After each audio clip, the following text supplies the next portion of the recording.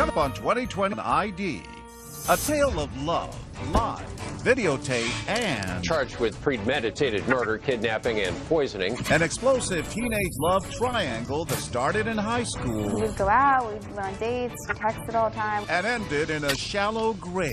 This is an enemy burial. This is indifference to life. Two boys, best friends, vying for the same girl and even killing for her. This is a story as old as time. He has an obsession with getting her back. We'll take you inside the mind of a teenage killer. From psychotic secret journals. It sounds like the mind of a sociopath. They will kill your dog and then they'll help you find it. To surveillance cameras and the police interrogation room. I'm gonna be honest, I wanted to hurt him, like really hurt him. To caught on tape, buying a shovel, duct tape, and sleeping pills. A murderer's startup kit. One way or the other, that kid was dying that day. Two's company, three's a crime.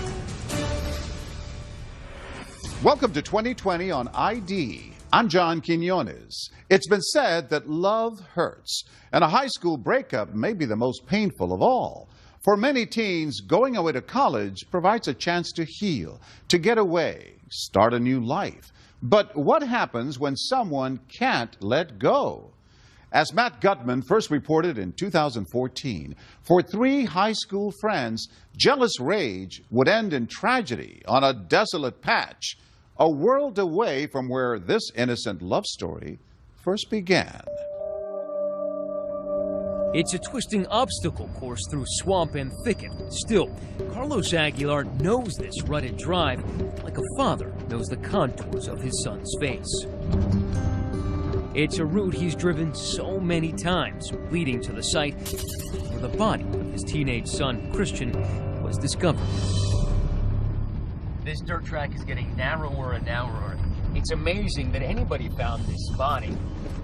We've been following Carlos now for almost 30 minutes off of State Road 24 in the wooded wastelands of northern Florida. The road is not that bad. This road? Yeah. No, it's not that bad, but it's not easy. Yeah. Now you've seen this, you know that it was impossible for us, even with 500 people, to find him. This hard-working immigrant family from Colombia plucking weeds and wetting the earth with their tears considers this sacred ground. There's a cross with rosary beads. The name Chris is spray-painted on a nearby rock. He's like a father's dream. Yes, the name of Christian means a gift from God. So it was a gift from God. You said that God has been with you through the grief. He chose this cross for me. Life wasn't supposed to end here so soon for the 18-year-old scholar with the dancing eyes and the megawatt smile. What was your brother like? He was shy with people he didn't know, but once he got to know you, he would just open up. He would just start cracking jokes, start telling you things about himself, just any way to get you to laugh. He would try to find a way. So how did Christian Aguilar end up in this marshland, bound, face down in a shallow grave, what the cops call an enemy-style burial? This was some type of nefarious act. Somebody was trying to conceal the body of a person. We find that most generally in cases of murder. It's a story that made headlines up and down the Florida Turnpike. A search is underway for missing University of Florida student and got national attention. I still feel my son is still alive in my heart. The twisted murder mystery started at this elite charter school in Miami. Christian Aguilar was known for his easygoing cool, his charisma, and his taste for hip-hop. I get it custom. You a customer. So that's one thing that you and Christian have always shared is love of hip-hop, and specifically Kanye. I mean, to this day, I still love Kanye West, so yeah. You know, we would just hop in his car, go with him to his house, hang out for a while. At the time, Erica Freeman was dating Christian's close friend, class clown, Pedro Bravo. So tell me more about Pedro in high school. He was always quite sarcastic, quite funny. He was able to make me laugh so easily. He was very much an animal lover. I mean, he liked action movies, you know, he liked superheroes. The beauty with the big hazel eyes is the center of Pedro's world. We'd go out, we went on dates, we texted all the time, call. You know, we celebrated our anniversaries, we celebrated birthdays. Did you say you loved each other? Yes, we did. We did say we loved each other. And for a long time, I thought that was kind of what love was like. It seemed their love is built to last. I mean, not many relationships go almost 3 years, but... Especially not in high school. Yeah, it's kind of unheard of. Christian Aguilar was part of the couple's clique. They all go to prom together. But as graduation approaches, Pedro and Erica's puppy romance is almost over. At one point, you decided that this relationship wasn't working for you. Yes, I did. I had talked to him about it. I was like, you know, maybe we should go on a break. I don't think I'm happy. I felt like he almost manipulated me at that point of my life.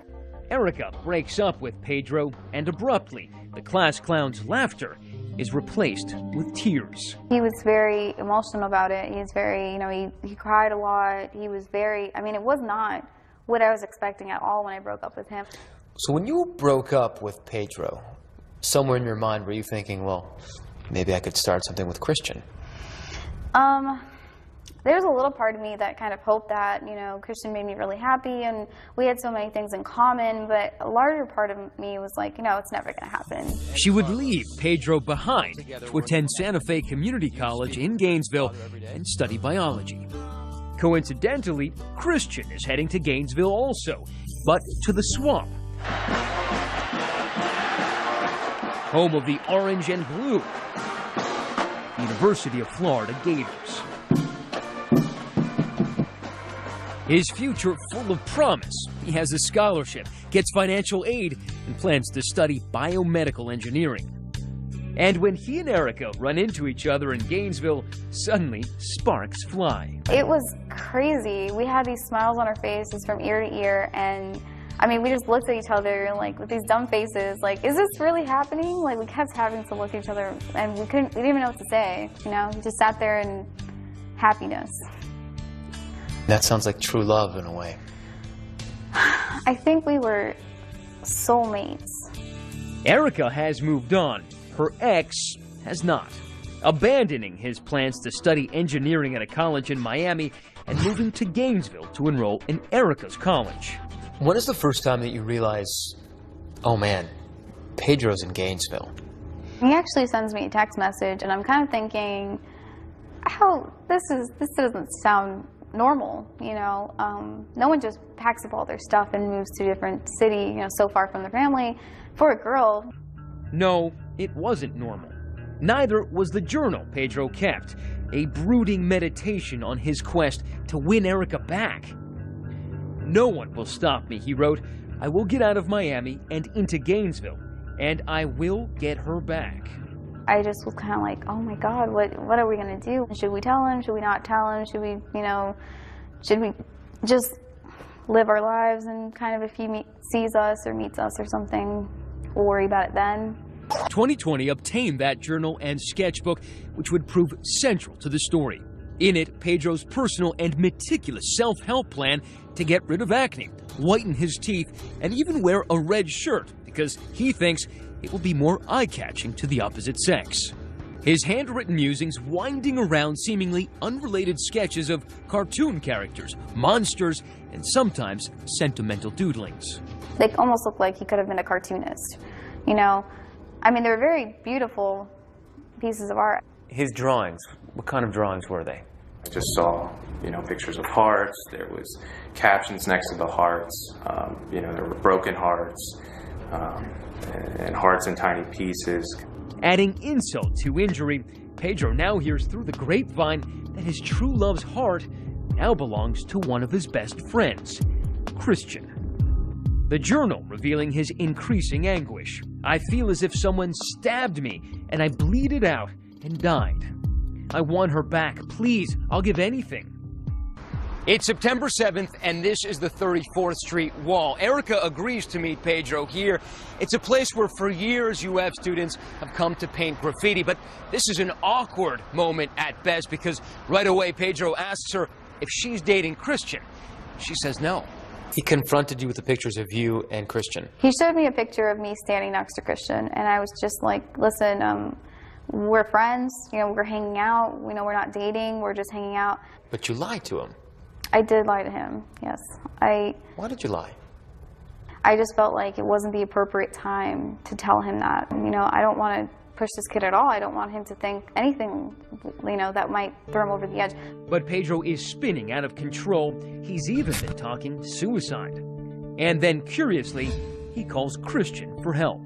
Pedro calls Christian on a payphone, and he's like, I'm really depressed, and I was wondering if we can talk, you know, so maybe you can give me advice about how to deal with this, you know, depression. Did he ask you if he should go, what you thought? We were a little concerned that maybe he would try to fight him or something of that sense, but, you know, we talked about it, you know, you're going to meet on UF campus, you're going to be fine. They met at The Hub, the college bookstore here at the heart of this throbbing campus of the University of Florida.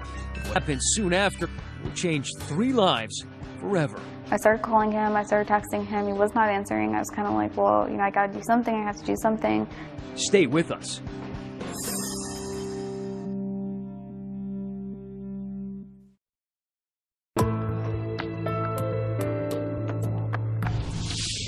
The body of college freshman Christian Aguilar has been found in the swamplands outside Gainesville. The last person known to see him, friend and romantic rival, Pedro Bravo. But there were other eyes on the young men that day with their own story to tell. Matt Gudman picks up the story. Let's face it, we live in the United States of surveillance, where every moment, from the shocking and the trivial to the outrageous and mundane, is an open target for exposure. And on September 20th, 2012, almost every moment of Pedro Bravo's day was captured in the bitter grays of surveillance cameras. He and Christian met at 1:39 p.m., head to lunch, then go to this Best Buy. A receipt shows Christian bought a Kanye West CD with cash and used his rewards card. At 4:11 that afternoon, Bravo drives his friend to this parking lot. The two sit in Bravo's navy blue Blazer at this spot. No one gets in or out of the vehicle. About 2.5 hours later, security cameras show Bravo pulling out of that Walmart parking lot. Christian Aguilar is never seen alive again. If you hear that the last person that was with your son was your son's girlfriend's ex-boyfriend, you kind of link one and two together. We all started having our doubts and suspicions. Now, at the same time that Pedro was being tagged by all that surveillance, Erica Freeman was frantically trying to find Christian. I kept texting him and kept calling him, and it was really strange that he wasn't answering. It just wasn't like him. You know, I'm trying to calm myself down, you know, there's a perfectly reasonable explanation for this. You know, he's going to show up tomorrow, and we're going to be fine. But back at Pedro's apartment, what security cameras pick up next was suspicious and disturbing. Bravo arrives, then immediately leaves his apartment.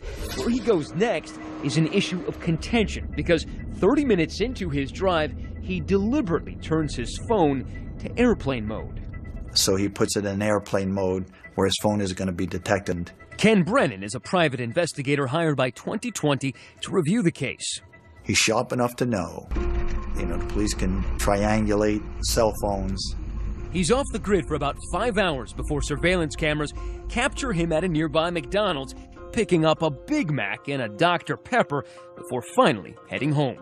He knows that I want to dump the body, and I want to dump it far enough away from where the crime occurred. So he wants to get the body out of Gainesville, far enough away where it's in another jurisdiction. It's a lot harder for the police to investigate a crime that's outside their jurisdiction than one in their own. 4 a.m. in the morning, and Christian is still missing. I call Pedro, and it starts ringing. And it's ringing, and then finally he answers, and, you know, the first thing I'm asking was, like, where's Christian? You know, where is he? I know you're the last person that was with him. You know, where is he? I'm really worried. He's supposed to be at my apartment, and he's not here, and I haven't heard from him. And he's just like, no, you know, I dropped him off. You know, we got into a verbal argument, and, you know, I'm freaking out. And he's just like, you know, listen, you know, it's late. I'm sure he made it home. He just didn't call you. By daybreak, Erica is panicking. You call his apartment, he's not there. He's not at your place either. I really start to panic because I'm like, he didn't sleep here all night. You know, he wasn't at my apartment. He wasn't in his dorm apartment. You know, where was he all night? you know. I called Pedro, and at this time, I'm not asking him. I'm telling him, like, listen, you need to come with me to the police station. 9:44 in the morning, and both Erica Freeman and Pedro Bravo go to the campus police station to report their friend is missing. Sergeant Steve Wilder was suspicious from the get-go. When you first saw Pedro Bravo come in there, into that room, what was your first impression? It didn't take long interacting with him and talking to him that I knew that there was really something that he was holding back. I don't know where he is. At what point do you begin being suspicious of Pedro? Honestly, we even walked into the police station, and I still didn't think Pedro was capable of doing something so horrendous. I mean, this guy that's, you know, shy and, you know, he wouldn't hurt a fly, you know, he loves animals and, you know, he's hardworking in school. Never seemed violent. Never seemed violent. Pedro says he came here to help, but everything that comes out of his mouth only cements his status as the prime suspect. We're finding out new stuff that you haven't talked to me about before. But I can tell you I was in that area. At first, Pedro tells investigators that he left Aguilar in the woods, not far from Walmart, after arguing with him in the car. I told you everything I know, and I just drove away, like, while he was still there. But with every question, a new variation in his story. At one point, he even introduces the possibility of a new suspect, a mysterious hitchhiker they picked up in a rough part of town. How old do you think he was? I'd say mid-50s, but I can't tell because he had a big white bushy beard. And Pedro now claims that after dropping the hitchhiker off, he and Christian got into a fight, not about Erica, but about another girl they knew in high school. He's striking one down with his hand. What? No blood. He was already bleeding. Striking with the other hand, right? Yes, side of the cheek. Do you know if he was breathing at all? Or? I remember he was, like, he wasn't struggling to breathe as much, but he was barely breathing. It had gone from, well, I punched him one time and made him get out of the car, to I forced him out of the car, punched him repeatedly, to I punched him repeatedly, landed on top of him, punched him again repeatedly, and left him unconscious, but still breathing.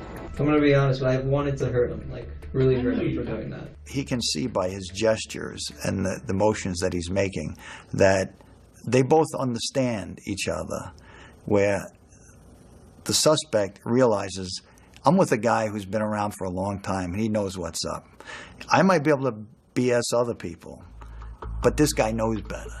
All the 10 or 15 minutes he never tried to crawl away or never tried to get... Was there a moment during that interrogation that you looked at Bravo and said, I'm speaking to a murderer? I knew certainly, after speaking with him for just a few minutes, that I was speaking with someone who was trying to be extremely deceptive. You saw Pedro Bravo. He's not a very big guy. When you think of him knocking somebody who's 8 inches taller than him out of the car and beating him up, what do you think?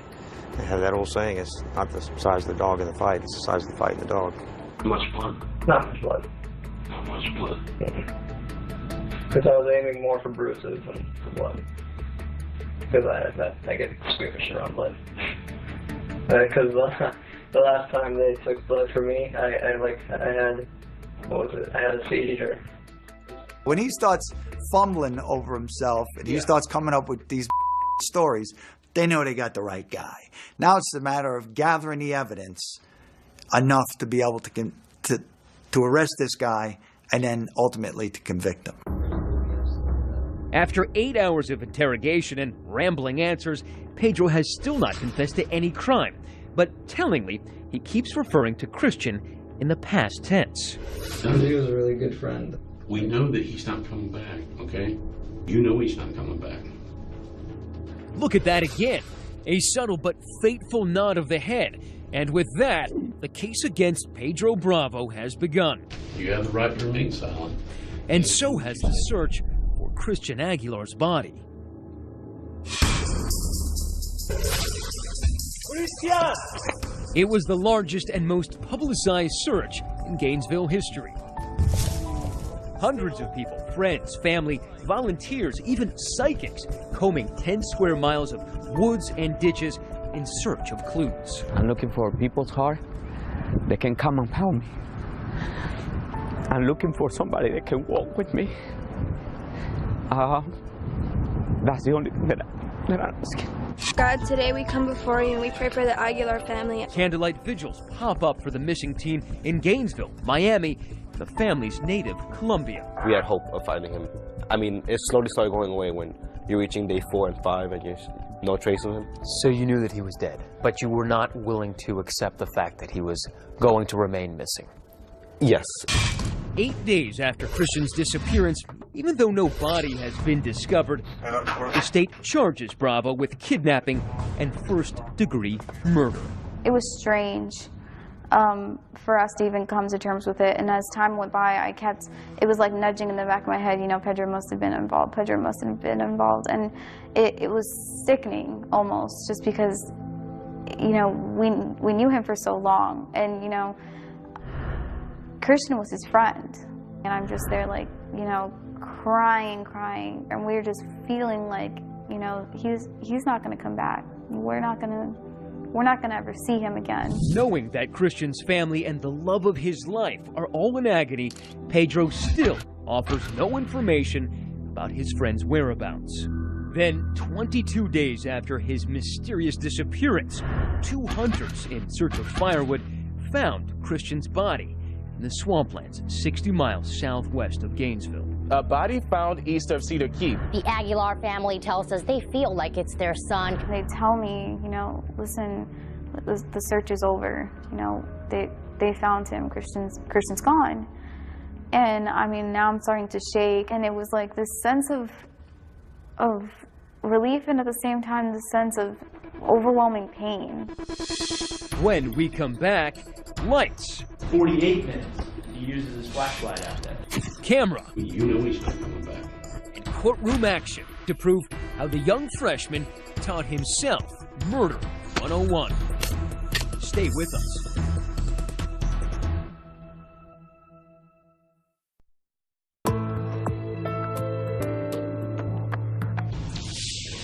As life in the college town of Gainesville rolls on, investigators spent 2 years building their murder case against Pedro Bravo.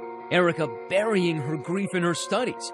She was majoring in biology at Santa Fe Community College. During all this time, I felt like Christian was kind of near us, kind of watching over us.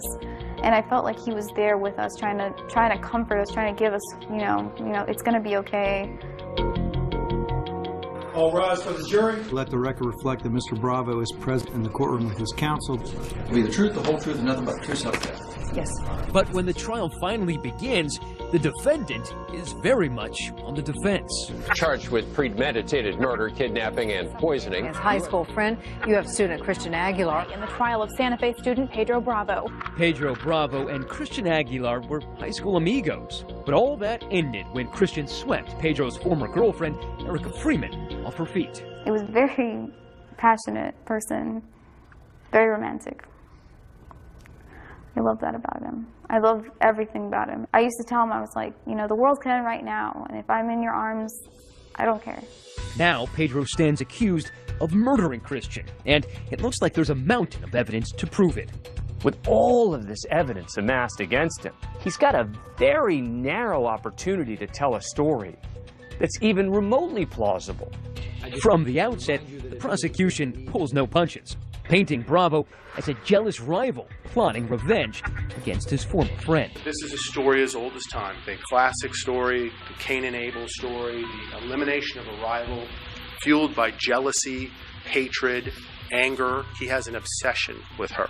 He has an obsession with getting her back. Erica takes center stage as the prosecution asks her to recount her story. I knew I was leaving, and I told him that I was not happy and I did not want to continue doing a long-distance relationship. Now I have to have this person, this monster, you know, staring at me while I'm on the stand, and I can just feel myself like aching, and I just don't even want to look that way. I don't want him to look at me. I don't want him to see me ever again. The prosecution presents Pedro's journals as proof of his disturbed state of mind. Page after page of teen angst and anguished obsession. When I fell for her, I fell hard. Now I can't pick myself up. I feel weak. I want her back, please. I'll give anything. I wish. There was also this self-loathing suicide note he penned in jail. With everyone out there wanting blood, wanting me gone, I will give them what they want. I feel terrible, and every day in here is a day spent waiting to die. I am a monster for having hurt Chris the way I did. At one point, she breaks down in tears. All of this was focused on you. You were at the center of this all. Yes, a lot of it was with his obsession for me and how he wanted me back and how he wanted to be with me. What did you think reading his journal? It sounds like the mind of a sociopath or a sick person. For someone to be that selfish and that controlling, that manipulative, you know, it's almost like what they describe sociopaths, you know, they will kill your dog and then go help you find it. Prosecutors also start piling up the circumstantial evidence compiled over the 2-year investigation. The jury learns that just 4 days before Christian's disappearance, Pedro came here to a nearby Walmart and buys an ankle wrap and gets $80 cash back. He then comes to this Lowe's where he buys Hot Shot pesticide, a Gatorade, and a shovel. Then, for some reason, he heads back to that Walmart. And Pedro walks in with that shovel. He purchases sleeping aids, duct tape, and a knife. He pays cash. Then there's that staple of 21st century criminology, the computer evidence. Turns out that Pedro Googled suspicious search terms such as buying anesthetics. What is chloroform, and how do sleeping pills kill you? At 1:35, he does a search, good anesthetic chemical. At 1:35, he does another search. Can rubbing alcohol knock someone out? The prosecution claims that days after Pedro completed his homicidal research, he arranged to meet Christian. Reporter Stephanie Bishara of ABC affiliate WCJB has been covering the story from day one. The state put together a timeline, a sequence of events where he was from when he got together with Chris all the way to nighttime. Christian holding that Kanye West CD and Pedro right next to him. That is a picture that, no one will ever forget. The two sat parked in Pedro's SUV at that Walmart. According to the prosecution, this was the scene of the gruesome murder. It claims that Bravo strangled Aguilar inside his car after knocking him out using Gatorade laced with drugs. Christian Aguilar struggles for his life. He reaches for the door. He scratches the ceiling. This is an enemy burial. This is indifference to life. And for the CSI types in the jury box, prosecutors have a cornucopia of forensic evidence. The most damning evidence against Pedro is the blood that was found inside his SUV. Blood in Pedro's car and on a pair of insoles. Christian's backpack containing his wallet was balled up inside Bravo's closet, and the residue in his car matched soil samples from the site of Christian's shallow grave. And then a piece of irrefutable evidence, the tear pattern from the roll of duct tape Pedro bought at that Walmart. They literally were able to match the tears of the duct tape found on the victim's body with tears on duct tape on Pedro Bravo's own car. It is a chilling chain of evidence, but the defense argues that all of it, from the shovel and the computer searches to the poison pesticide and sleeping pills, was intended not for homicide, but for suicide. He's out there in the woods. He's drinking this concoction, threw up all over himself, and he's like, well, maybe this is a sign from God that I shouldn't do this. Pedro still needed the jury to believe that his statement to police was true. He beat Christian up, but left him alive. And now he's going to have to sell that story himself. Coming up, Pedro takes the stand. You swear or affirm any testimony you give this jury today will be the truth, the whole truth, and nothing but the truth, so help you God. That's right. The jailhouse snitch, and the plot to use that shovel to put more victims in the ground.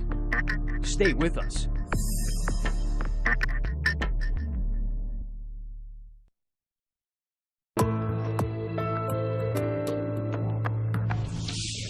In 7 days of testimony, prosecutors have presented evidence they say points to Pedro Bravo for the murder of Christian Aguilar. Defense attorneys counter that the only life Bravo wanted to take was his own. But this trial isn't over yet. A bombshell witness is about to blow open some closely held confidences and reveal a plot even more bizarre than the murder itself. Once again, Matt Gutman.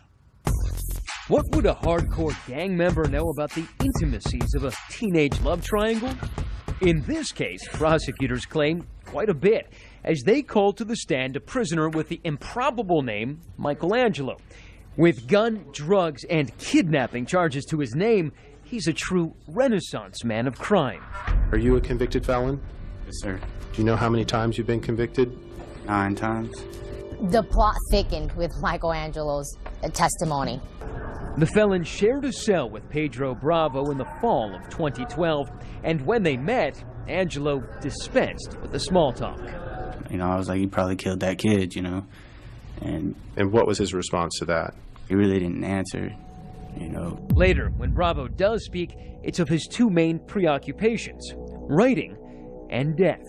He'd asked me, you know, to borrow a pen and my shoelace, and I asked him what for, and he said so that he could write a suicide letter to his parents and to use a shoestring to kill himself. Bravo was put on suicide watch for a few weeks. Angelo says when the young man returns, Bravo has shifted his mindset from suicidal to scheming. Now he's concocted a way to walk free. What did you think it was? A way to basically get the charges thrown out in his case, or get the charges dropped against him. And did you believe it was offering you money to help? Yes, sir. Bravo's plan was to use Angelo's outside gang contacts to commit murders similar to Chris's to make it appear that a serial killer was on the loose, thus leading suspicion away from Bravo. Was it ever brought up about the shovel and what you would need to do with the shovel as part of the plan? The prosecutor keeps digging for more details, specifically about that shovel Bravo purchased. I would have to go get the shovel to, I guess, copycat that murder to make it look like somebody else had did it. But Angelo has a plan of his own. He cut a deal with prosecutors to become a jailhouse snitch, earning Bravo's trust and extracting incriminating details like these. He said that he was going to try to poison him with a mixture of sleeping pills and pesticide mixed with soda. And his backup plan was to have a knife, you know, to cut his throat. And his main plan was to choke him with a moving strap. Eventually, Michelangelo completes his masterpiece, a full confession from Bravo on the Aguilar family must now endure as the last moments of their son's life play out in graphic detail. He told me that he, you know, basically put a moving strap around the kid's neck and braced himself against the seat. He said that he remembers watching the radio, the clock on the radio, and said it took like 13 minutes for the kid to, you know, I guess die. Did he ever make any comment to you about security guards at Walmart? Yeah, he, at one point he said that he kind of got freaked out because while he was holding onto the strap that the security guard had rode by. Angelo is a full-service snitch. He even leads cops to the hidden location of that now infamous shovel. Did he in fact tell you where the shovel was located? He said a wooden walkway bridge type thing. Isn't it the truth? You had not yet... Bravo's defense says Angelo's credibility is shot since he was testifying in exchange for a reduced sentence. But can they overcome all that video? Surveillance video of Spyglass Apartments, surveillance video of Walmart. You can see the two together. With all that physical evidence piling up against him, the most important defense witness in this trial was Pedro Bravo himself. In fact, the 20-year-old is the only witness the defense calls. There were some reporters that even squealed. I mean, and 2 of them gasped. Everybody was very much waiting for that moment. As his parents look on stoically, Bravo tries to charm the jurors, resurrecting the old class clown, conversational, even jovial at times. Bravo describing his last-ditch effort to win Erica back. I still loved her, and I really wanted to get back with her, so other than getting my classes done, I also had a set idea that I'm going to go get her back. If I keep telling myself, you can do this, you can do this, you can do this. But what exactly was the this? Bravo admits that when he discovered that Erica was dating Christian, he snaps. They've been going out for about like 2-3 weeks. And at that moment, I'm just instantly like, I'm crushed. Because he's one of my best friends. He says that as he descended into a life of despair, he was consumed by thoughts of suicide that had plagued him for years. I was too nervous to do anything with knives because I don't like pain. And I couldn't bring myself to hang myself or anything like that. So the only way I could see it was I tried to take some pills, see what would happen. But lo and behold, I'm still here. Speaking of suicide, remember that shovel? Bravo says he can explain that away too. Tell the jury why you bought a shovel. It was going to be part of my idea to kill myself. In a way, I was going to go find a spot, and I was going to mark my tomb, and I was going to dig it. Even as the prosecution goes over his version of events with dripping sarcasm, Bravo remains cool. Now, you're on your way to kill yourself, right? Correct. But you got to get gas first, right? Correct. Okay, because you can't kill yourself without a tank of gas, correct? Correct. And now, Pedro's biggest challenge is keeping all of his stories straight. It seems like Pedro was changing his story to make it a little more believable depending on the evidence out there. One piece of testimony that Pedro tries to finesse deals with the end of his encounter with Christian, the alleged scuffle that began inside the SUV as the two boys argued over Freeman. His friend's nose now bloodied. Bravo claims he pulled in here behind this motorcycle shop. Now, the two start fighting. They tumble out of the car, and at this point, he claims things got really heated. As I exit the car, he comes up, and something went through my head, and I got mad, and I basically pushed him. As I pushed him, I followed behind him, and I swept him off his feet. As he fell down, I fell on top of him as well. Bravo claims that's the last time he ever saw Christian. He was alive and above ground. All I could tell was that he didn't get up right away, but that he was still moving. Still breathing? Yes. He just left his best friend there. It would make sense he just wants to get away from that and drive a little bit. Should he have not left him? Of course not. But he did that, and it's wrong, and now he's driving. But here's the thing. So much of this story was captured by security cameras. But the one piece of video Pedro needs to be on tape simply doesn't exist. We don't know of any surveillance video that shows the two had an encounter or a fight. No video, and for 22 days, no Aguilar, until his body is discovered face down in that shallow grave, buried, as cops say, enemy style. The defense really tried to come up with a credible story. Now, do we believe that? I'm not sure. But what does the jury believe? We're about to find out because as we're conducting this interview, a voice from the courthouse calls out. Like Pedro wrote it. Let's go. We got a verdict. The verdict is next.